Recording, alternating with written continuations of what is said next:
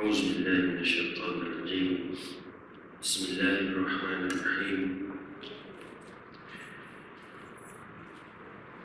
السلام عليكم ورحمة الله وبركاته. إن الحمد لله نحمده ونستعينه ونستغفره ونعوذ بالله من شرور أنفسنا ومن سيئات أعمالنا. من يهده الله فلا مضل له ومن يضلل فلن تجد له وليا مرشدا. أشهد أن لا إله إلا الله وحده لا شريك له وأشهد أن محمدا عبده ورسوله. قال رب اشرح لي صدري ويسر لي أمري واحلل عقدة من لساني يفقهوا قولي. اللهم اجعلنا من الذين يستمعون القول فيتبعون أحسنه. اللهم افتح علينا حكمتك وانشر علينا من خزائن رحمتك يا أرحم الراحمين.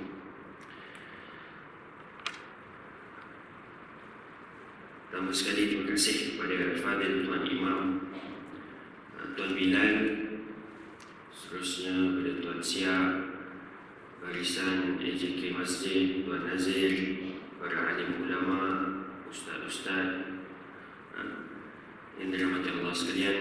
Alhamdulillah, syukur kepada Allah SWT pada pagi yang mulia ini Allah menemukan kita dalam dua keadaan yang baik. Paling kurang di dalam dua keadaan yang baik. Keadaan pertama, Allah pertemukan kita di dalam rumah Allah. Dan keadaan yang kedua, Allah temukan kita di dalam majlis ilmu. Alhamdulillah. Semoga dengan berkat dua keadaan yang baik ini, iaitu di rumah Allah dan juga di dalam majlis ilmu, kita berdoa kepada Allah Subhanahu Wa Taala dengan berkat dua keadaan ini. Moga-moga Allah beri kekuatan kepada kita untuk terus beribadah kepada Allah Subhanahu Wa Taala. Dan moga-moga dengan berkat dua keadaan yang baik ini, Allah lindung kita, diri kita, keluarga kita daripada segala musibah, daripada segala wabak penyakit dan daripada segala fitnah akhir zaman, InsyaAllah. Amin. Tuan-tuan dan dirahmati Allah sekalian, maaflah suara mungkin tak berapa baik daripada demam. Hari ini saya nak kongsikan dengan tuan-tuan satu buku. Buku ni percuma saja tuan-tuan boleh dapatkan di Jabatan Mufti Negeri Selangor. Jabatan Mufti Negeri Selangor ada keluarkan satu buku 40 Asas Dalam Agama. 40 Asas Dalam Agama ni, buku ni free. Satu buku tu kalau nak dijual boleh dalam harga pasaran dia, saya tengok dalam 40 ke 50 ringgit. Kalau yang tebal dia jadi 70 ke 80 ringgit. Dia ada 4 naskah buku, 4 tuan-tuan dan puan semua boleh download free. Buku ni dikarang, asal daripada bahasa Arab, Al-Arba'in fi Usuluddin. Al-Arba'in fi Usuluddin. 40 asas dalam agama. 40 asas dalam agama ni dikarang oleh Imam Al-Ghazali. Imam Al-Ghazali, kita sedia maklum, tuan-tuan pun mungkin biasa dengar nama dia disebut di meja-meja kuliah, di mana-mana disebut nama beliau. Imam Ghazali ni kita kata dia antara ulama fiqh yang juga bertasawuf. Ulama fiqh. Imam Ghazali ada buku fiqh dia, ada kitab fiqh dia mengarang kitab fiqh. Dan kemudian apabila sampai pada zaman yang mungkin dia lihat zaman yang orang Islam semakin jauh daripada ilmu, kita panggil sebagai ilmu tasawuf, ilmu penyucian diri, akhirnya Imam Ghazali buat satu buku nak menggabungkan ketiga-tiga ilmu yang ada dalam Islam. Tuan-tuan dan rahmat Allah sekalian, kita lihat dalam Islam ini dia ada 3 asas ilmu yang ada. Daripada 3 ni lah bercampur jadi banyak nanti. Yang pertama adalah ilmu akidah.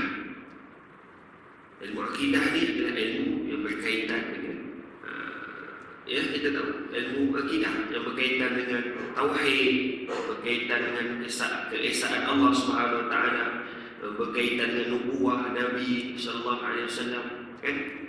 Yang berkaitan dengan rukun iman, yang perkara-perkara yang membatalkan iman itu apa? Itu ilmu akidah. Kemudian ilmu yang kedua adalah ilmu syariah. Ilmu syariah ni saya panggil ilmu teknikal. Teknikal macam mana nak puasa, teknikal macam mana nak solat, rukun solat ada 13.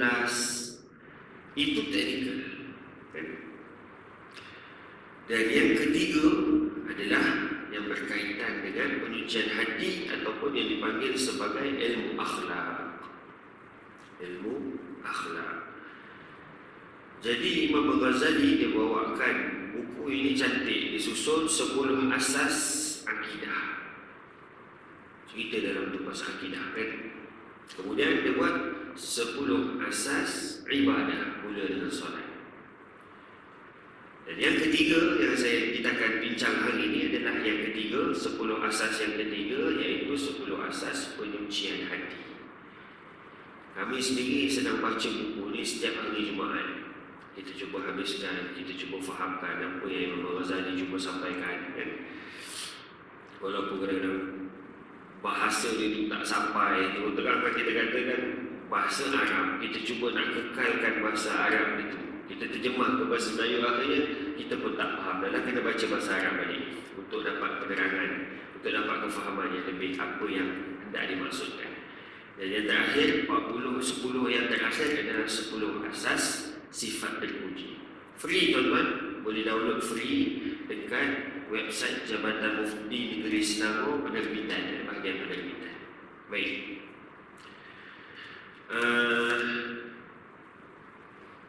Jadi hari ini kita nak tengok 10 asas penyucian hati. 10 asas penyucian hati yang Imam Ghazali cerita nak kongsi dengan kita. Yang pertama, bahagian ketiga, asas-asas dalam penyucian hati daripada akhlak mazmumah. Jadi mungkin pada waktu Imam Ghazali ada ulama yang susun buku dia dah buat, tapi mungkin berkata-kata. Jadi Imam Ghazali pada waktu dia mula mengumpulkan satu buku, dan kemudian bila dia cari, ini akhlak mazmumah, ini akhlak mazmumah, akhirnya dia kumpul. Akhirnya akhlak mazmumah ini dia tersimpan ataupun dia berpunca daripada 10 perkara tertentu. Kita baca 10 dulu ni, nanti kita akan masuk yang pertama. 10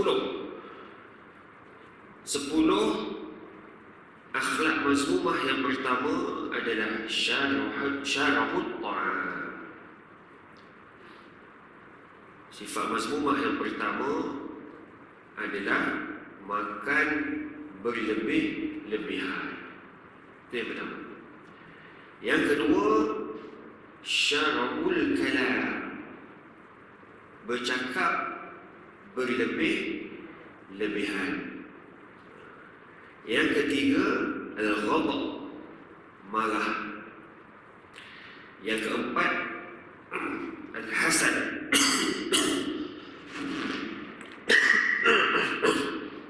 al-hasad, hasadlah tuan-tuan. Kemudian yang kelima, bakhil dan mencintai dunia ataupun al-bukhl wa hubbul mal. Yang keenam, cinta kedudukan dan kemegahan, al-munah wal hubbul jah. Yang ketujuh, cintakan dunia, hubbul dunia. Asas ke-8, sombong. 9, wujud. Dan 10, riya. Jadi cerita setiap satu ini memang panjang lah. Memang panjang. Imam Ghazali memang cerita detail. Bila dia kata tentang makan itu, apa makan? Dia cerita detail. Jadi tuan-tuan, kita akan masuk bahagian yang pertama ini. bahagian yang ketiga, iaitu 10 asas yang ketiga lah. Tadi saya sebut ada 40 asas. 10 yang pertama akidah, 10 yang kedua ibadah, 10 yang ketiga penyucian hati daripada sifat mazmumah, dan 10 yang keempat adalah sifat-sifat ataupun akhlak mahmudah. Apa dia akhlak mahmudah? Tapi yang ini kita fokus kepada yang 10 yang ketiga. Daripada 10 ini, yang pertamanya hari ini kita ambil tentang makan. Makan dulu. Salah ke makan? Tak salah. Yang salah kan makan. Makan tak salah. Imam Ghazali mulakan pembincangan buku ini dengan firman Allah Subhanahu Wa Taala, "Qad aflaha man tazakka." Sesungguhnya berjayalah orang yang telah menerima peringatan itu, berusaha membersihkan dirinya dengan taat dan amal yang soleh. Surah Al-A'raf ayat ke-14. Qad aflaha man tazakka. Jadi sebab tu kita akan biasa dengar orang akan sebut ilmu tazkiyatun nufus atau tazkiyatun nafs. Tazkiyah ini adalah maksudnya membersihkan. Dan perkataan yang sama juga adalah root word ataupun kita kata kata akar kepada zakat. Zakat. Jadi tuan-tuan kalau biasa buat umrah di bulan Ramadan, kan, umrah di bulan Ramadan, maka di jalan-jalan, di pinggir-pinggir jalan, kalau kita dekat dalam kota Madinah ataupun yang berhampiran dengan Masjid Nabawi, mungkin tak nampak dah fenomena ni. Tapi sebab saya ada peluang hari itu, kan, kita nak dekat-dekat raya tu, kita berada di luar daripada kawasan Mekah Madinah tu, kawasan luar lah maknanya. Kita berjalan-jalan kat tepi tu, naik kereta, kan. Jadi orang Arab dekat tepi-tepi tu, dia akan ada beras atas meja dia. Beras ke gandum ke, kan, nak dizakatkan. Dia nak bagi kita supaya bayar zakat dengan dia punya apa? Zaki.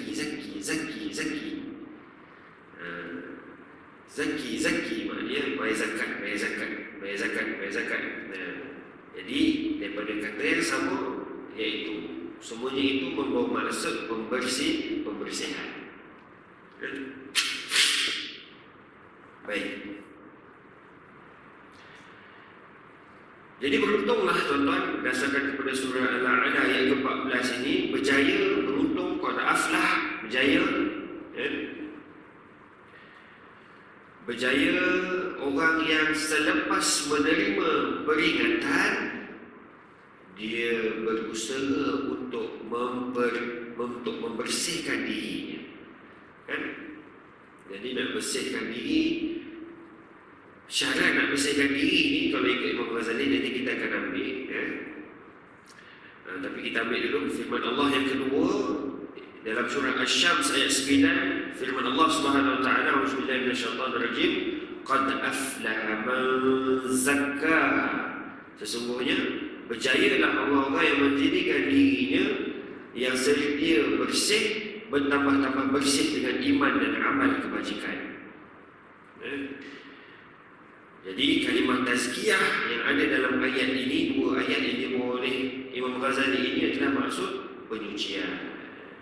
Baik. Rasulullah SAW sabda, "Al-tuhuru syatrul iman." Bersuci itu adalah cabang daripada iman. Justru fahamilah daripada nas tersebut. Bila kita kata nas, maknanya ayat Al-Quran yang disebut tadi ataupun daripada hadis Nabi, maka dapat diperolehi bahawa kesempurnaan iman diperolehi melalui penyucian hati daripada perkara-perkara yang tidak disukai oleh Allah Subhanahu Wa Taala. Jadi dia ada dua, maknanya setiap benda ismun jami', satu kata nama yang merangkumi semua perkara yang Allah suka dipanggil sebagai ibadah. Jadi tuan-tuan kalau buat apa-apa perkara yang disebut sebagai di dalam syarak kita sebagai ibadah, maka ketahuilah bahawa perkara itu disukai oleh Allah Subhanahu Wa Taala. Ibadah ni satu nama yang ulama sebut ibadah adalah perkara-perkara yang disukai oleh Allah Subhanahu Wa Taala. Jadi maksud penyucian hati adalah meninggalkan sebaliknya, meninggalkan selain daripada ibadah. Itu maksudnya. Jadi daripada tazkiyah, maknanya nak bersihkan hati ini adalah daripada perkara-perkara yang tidak disukai oleh Allah Subhanahu Wa Taala, ataupun kita buat hanya yang Allah suka, kan? Dan seterusnya menghiasi hati dengan perkara-perkara yang disukai oleh Allah Subhanahu Wa Taala. Jadi sehubungan dengan itu, bersuci adalah cabang daripada iman, dan bagaimana seseorang itu memberi perhatian terhadap bersuci sekiranya dia tidak mengetahui tentang najis. Kan?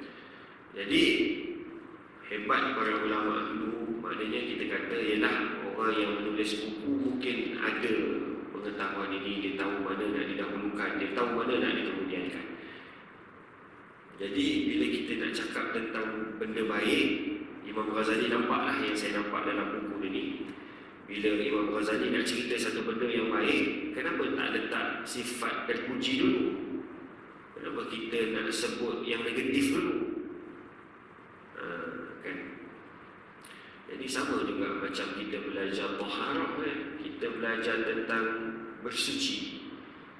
Sebelum kita tahu macam mana nak bersih, kita tahu dulu najis tu apa. Sama juga macam penyucian hati, sebelum kita ambil mahmudah sifat terpuji dulu, kita kenal dulu sifat-sifat tercela. Samalah apa yang dibawa oleh Imam Ghazali, sebab disebut bagaimana seseorang itu memberi perhatian terhadap bersuci sekiranya dia tidak mengetahui tentang najis. Macam mana kita nak belajar tentang sabar kalau kita tak tahu punca kita hilang sabar atau apa? Macam itulah lebih kuat, kan? Macam mana kita nak belajar tentang taubat, sifat mahmudah yang pertama taubat. Macam mana kita nak belajar tentang taubat kalau kita tak tahu macam mana kita nak bersihkan diri, kalau kita tak tahu apa itu dosa. Macam tu. Maka sekiranya kita memperkatakan tentang akhlak mazmumah, sesungguhnya sangat banyak. Namun kita boleh mengembalikan cabang-cabang akhlak mazmumah kepada 10 sifat ini. Jadi yang pertama, 10 tadi itulah yang telah saya sebutkan. Cumanya yang pertama, untuk kita mungkin secara ringkas kita bincangkan pada hari ini adalah makan dengan berlebih-lebihan.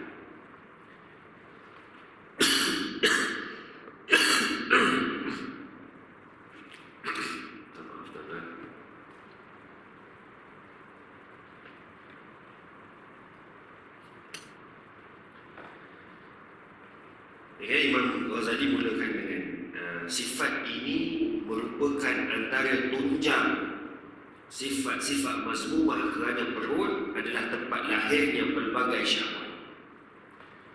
Perut adalah tempat lahirnya pelbagai syahwat. Syahwat ialah pergerakan nafsu yang menuntut melakukan sesuatu yang bertepatan dengan kehendak nafsu. Itu maksud syahwat. Daripadanya terbit syahwat kemaluan. Kalam Imam Ghazali, daripada perut jadi tunjang kepada sifat mazmumah, ibu kepada sifat mazmumah, seluruhnya adalah perut. Kerana daripada perut tempat lahir pelbagai syahwat. Daripadanya terbit syahwat kemaluan, kemudian daripada syahwat makanan dan persetubuhan apabila syahwat makanan dan persetubuhan menguasai diri seseorang, maka akan terbit daripadanya kerakusan terhadap harta.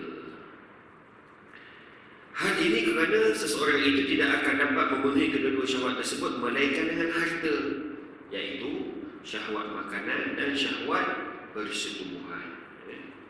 Dan daripada syahwat harta akan terbit syahwat pangkat kerana amat sukar untuk mencari harta tanpa mengejar pangkat.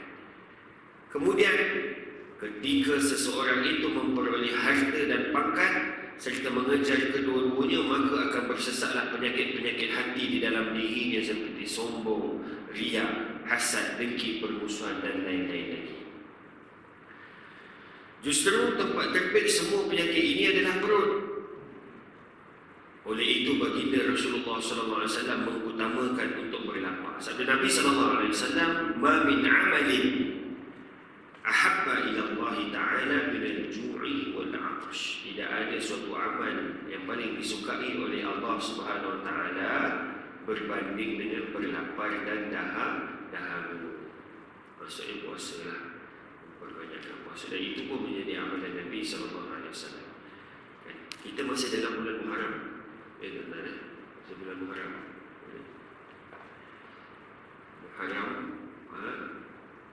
Kita dah terlepas kan puasa Ashura tempoh hari kan. Tapi dalam hadis lain Nabi ada menyebut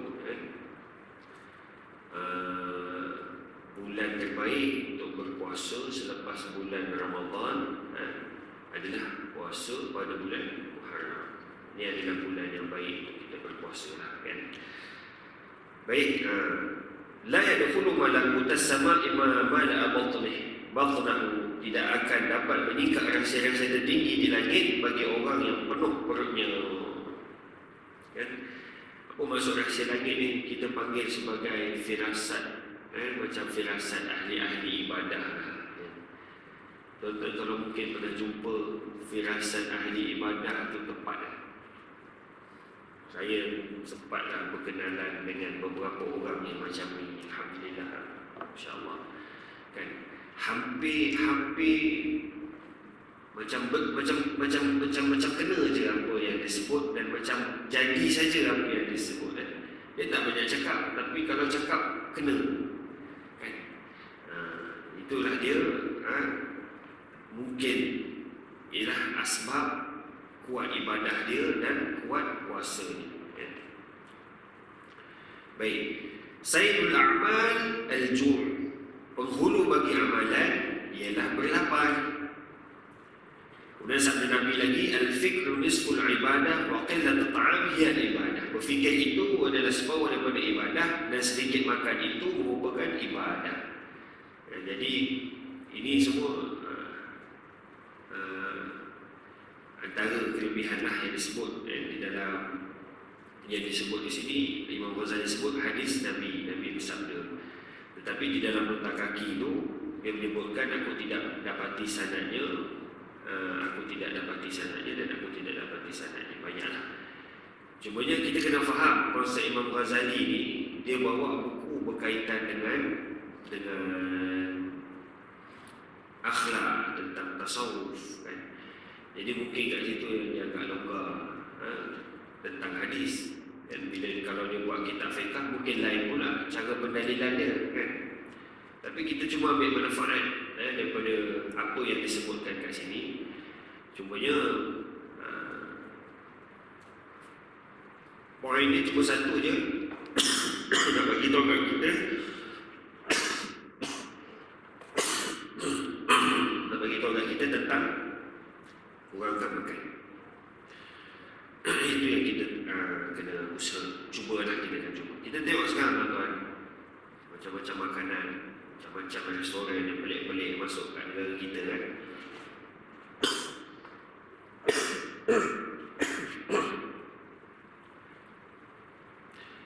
Jadi kita tak menolak macam-macam yang berlaku, masalah-masalah yang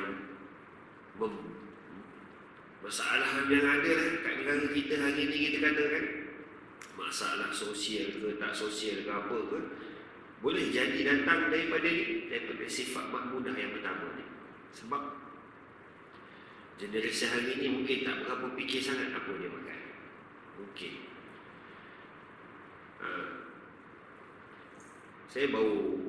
kami baru habis berprogram, jabatan saya baru habis berprogram dengan KKM, Kementerian Kesihatan Malaysia. Jadi bila sembang dengan Kementerian Kesihatan Malaysia ni, semuanya adalah fact and numbers lah kan. Semuanya adalah data, semuanya adalah berkaitan dengan nombor, graf kan. Nak cerita pasal makan ni, yang mungkin ada kaitan tentang makan. Jadi bila dia panggil Jabatan Mufti, kami pun pergi, kami turun nak buat kerjasama, kita buat kerjasama.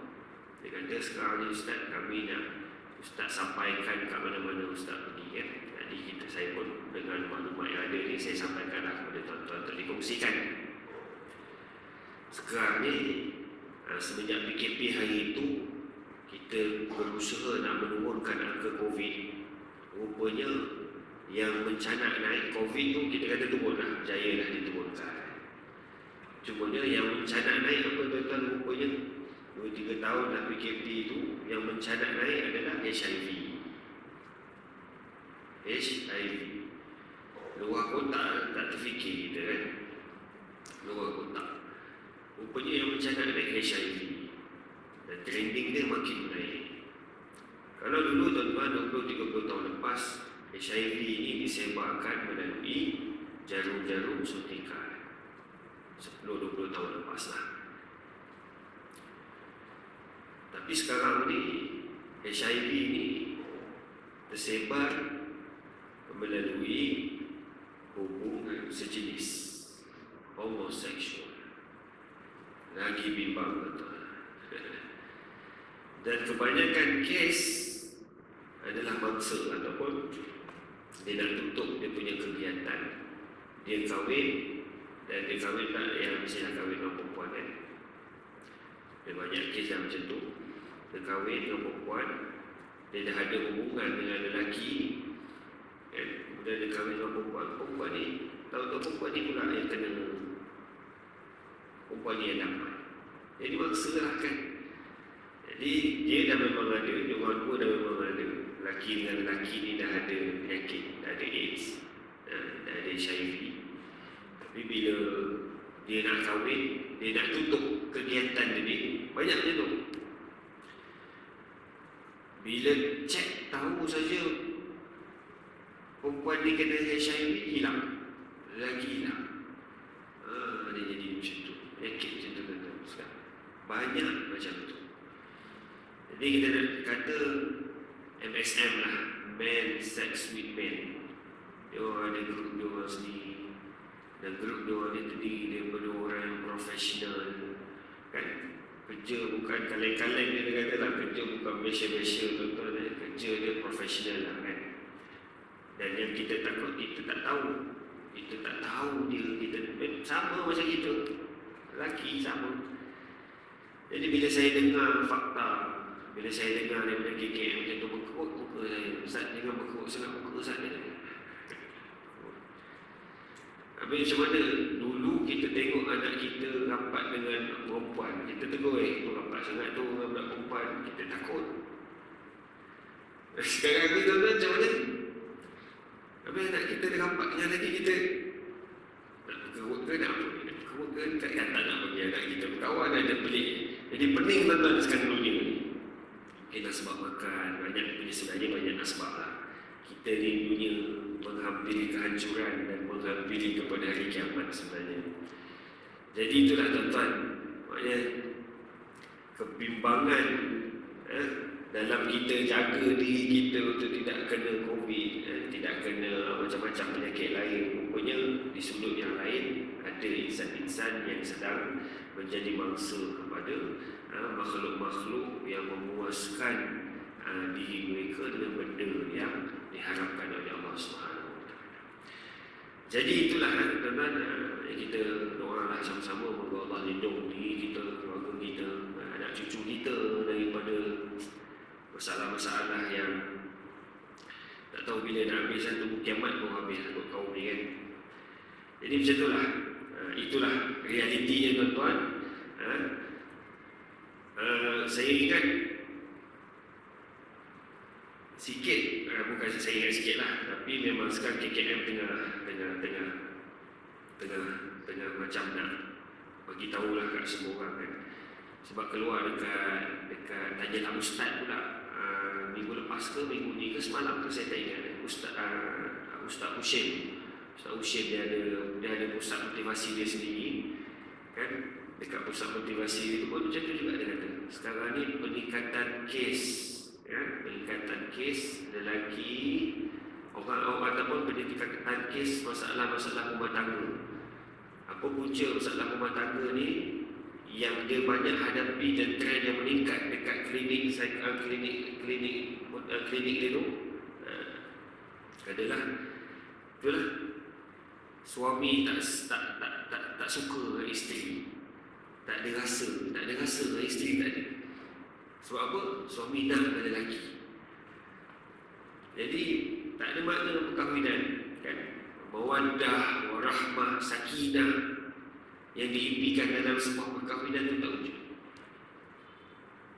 Bukannya juga dekat kawan saya rupanya kan, suami dia tak sentuh dia kan. Pelik kenapa suami ni kan ada masalah ke apa, pergi rawatan, pergi apa semua, rupanya macam tu juga MSM dan lelaki yang melakukan seks dengan lelaki. Jadi dia macam jadi normalisasi, jadi biasa kan. Allahu Akbar. Jadi itu mungkin sebahagian kepada penyumbang masalah itu adalah makan. Mungkin dengan sebab haram apa yang dia makan. Jadi haram ni pun kita kata ada dua zati. Zati haram pada makanan itu sendiri memang haram. Kemudian yang kedua ataupun cara dapat harta itu dengan cara yang haram. Jadi itu semua boleh memberi kesan kepada. Jadi sebab tu bila Imam Ghazali buat buku ni, dia nampak dalam banyak-banyak benda, dalam banyak-banyak perkara yang perlu dibagi penekanan. Perkara pertama sekali yang disebut adalah berkaitan dengan makan. Jagalah makan kita. Kemudian Nabi bersabda lagi, Imam Ghazali kata, afdalukum 'inda Allah atwalukum ju'an wa tafakkuran wa abghadukum ila Allah Ta'ala kullu akulin syarubin nukumin. Orang yang paling mulia dalam kalangan kamu di sisi Allah ialah orang yang banyak berlapar dan berfikir. Berfikir ni tafakkur tuan-tuan. Tapi kena tahu juga apa yang difikir. Adakah yang difikir itu memberi manfaat? Kan? Dia banyak fikir, tapi dia fikir benda-benda yang bukan. Tak ni jugalah. Tak memberi manfaat, tak, maka sia-sialah apa yang dia fikir tu.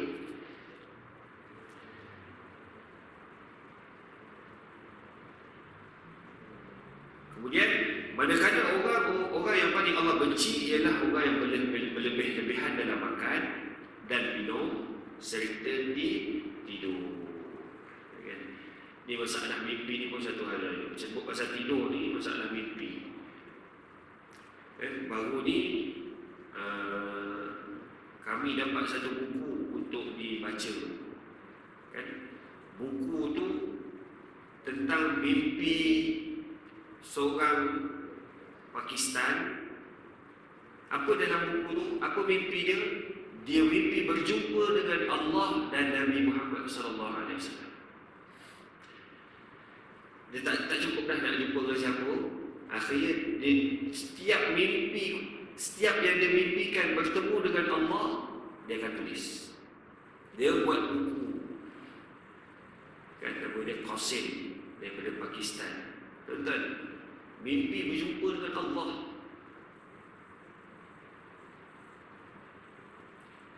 Saya rasa umat kita ni dah sangat sakit, tenat sangat dah. Bukan sekali dua, ratusan kali, 499 kali kamu mimpi bertemu dengan Allah. Lepas tu dia bukukan. Jadi benda ni nampak sangat. Apa dia nak daripada mimpi dia tu? Dia nak bawa syariat baru ke apa? Akhirnya kita kata buku tu memang menyeleweng lah, menyimpang lah daripada akidah Ahlussunnah wal Jamaah. Kan? Tuan-tuan mimpi, lepas tu tuan-tuan cerita ke orang, buat buku dengan mimpi tuan-tuan. Nak tunjukkan apa? Saya banyak mimpi. Dan bila saya banyak bermimpi, saya tulis mimpi saya. Itu menunjukkan saya banyak tidur. Tuan-tuan nak dengar orang yang cerita banyak tidur ke orang yang banyak membaca? Kan? Tapi itulah yang berlaku tuan-tuan. Dan sekarang ni dia tengah bergerak. Ada pula NGO yang buku tu asal daripada bahasa Pakistan dan diterjemahkan ke bahasa Inggeris. Sekarang daripada bahasa Inggeris dah jadi bahasa Melayu, bahasa Indonesia, sekarang bahasa Indonesia, dan dicetak banyak-banyak dan disebarkan pula. Qasim nama dia tuan-tuan ya. Sikit hari lagi kita nak tangkap tu. Sakit dah buat kita ni. Baik. Jadi apa yang difikir? Apa yang difikir? Jadi fikir tentang dosa kita. Muhasabahlah dosa, banyak dosa aku kan. Apa kebaikan lagi yang aku nak buat kan. Dia berfikir ni juga perlu kepada guru tuan-tuan kan. Tafakkur ini perlu juga kepada panduan kan. Sebab ada orang pernah telefon saya, dia tanya pasal terjemahan Al-Quran. Saja dia nak tanya, dia nak cerita lah, dia nak cerita dia ada masalah kan. Jadi dia cerita, saya ni suka baca Quran Ustaz, okay, baik. Kadang-kadang saya bila dah baca, saya suka dengan baca terjemahan pula. Okay, baik. Okay. Kemudian Ustaz, tapi bila dah baca terjemahan tu, sampai dekat terjemahan yang saya tak faham, dia akan datang suara. Penyakit pula. Jadi suara tu buat dia fikir-fikir kan? Fikir juga, tapi fikir yang tidak memberi manfaat. Jadi akhirnya kita tak bagilah dia baca terjemahan, sebab yang buat trigger suara itu adalah terjemahan yang dia tak faham. Penting juga baca Quran tu perlu kepada guru. Ustaz tak kan? Ialah yang saya baca ni Quran. Kemudian bila saya baca Quran, saya baca terjemahan, tak faham, datang suara. Kan bunyi macam, takkanlah suara, tak. Suara tu, kita tak tahu suara siapa. Kan? Datang suara, boleh jadi suara syaitan. Jadi dengan Quran juga, Quran tu betul. Tetapi dengan Quran juga ramai orang sesat. Sebab apa? Dia salah faham. Sebab apa? Dia salah terjemah. Sebab apa? Dia salah tafsir. Dia salah tafsirkan Quran itu dengan benda yang dia tak tahu. Baik. Hadis Nabi sabda lagi, ma mala'u ibnu Adam wi'an syarr min batnih hasbul ibnu Adam luqimat yuqimna sulbah wa in kana la mahalata fa thuluthu li ta'ami fa wa thuluthu li syarabi wa thuluthu li nafsi. Tidak ada bekas yang paling buruk dipenuhi oleh anak Adam berbanding perutnya. Cukuplah baginya beberapa suapan kecil yang boleh menegakkan tulang sulbinya, atau paling tidak maka sepertiga untuk makanan, sepertiga untuk minuman, dan sepertiga untuk nafas. Baik. Jadi sebab itulah mungkin kita pernah dengar 1/3 tu. Maknanya perut kita ni kita bahagi 3, 1/3 untuk makanan, 1/3 untuk minuman, dan 1/3 lagi untuk nafas. Jadi kita nak tahu kita dah kenyang bila kita senawa tu lah kan. Maknanya bila kita senawa, maknanya portion ataupun 1/3 untuk makanan tu dah penuh. Dia mula untuk masuk kat tempat lain, jadi mungkin kat situ nak datang senawa itu. Jadi hadis yang terakhir untuk hari ini kan, tuan-tuan dan puan-puan rahmat Allah sekalian, kita tutup dengan sabda Nabi sallallahu alaihi wasallam, inna syaitana la yajri min ibni Adam majrad dam fadayyiqu majari asyaitani bil ju' wal 'atash. Bil ju' wal 'atash. Sesungguhnya syaitan itu menyelinap di dalam anak Adam menerusi saluran darah, maka sempitkanlah laluan-laluan syaitan dengan berlapar dan dahaga. Ini tuan-tuan, yang kesimpulan daripada hari ini, Imam Ghazali menyebut daripada 10 sifat tercela.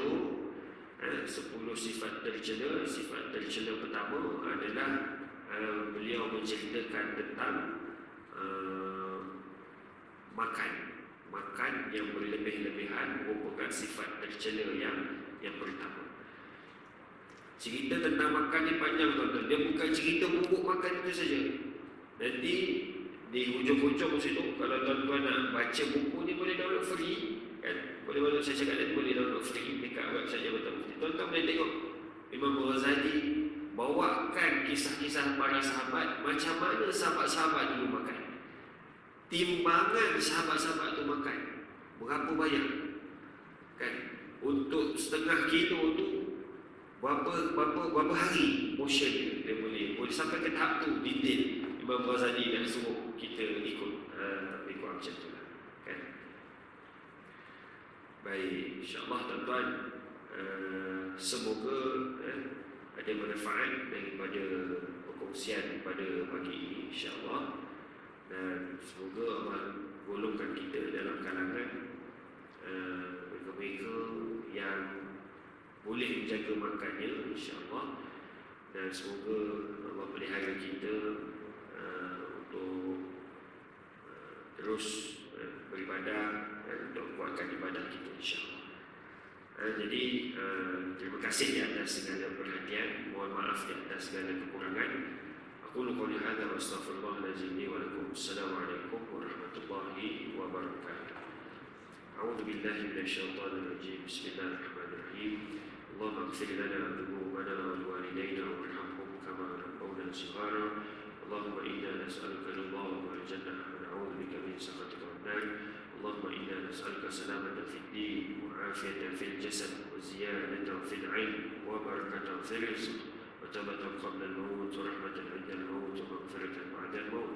اللهم حول علينا في سكرات الموت والنجاة من النار والعفو عند الحساب. اللهم ربنا آتنا في الدنيا حسنة وفي الآخرة حسنة وقنا عذاب النار. صلى الله على سيدنا محمد وعلى آله وصحبه وسلم والحمد لله رب العالمين.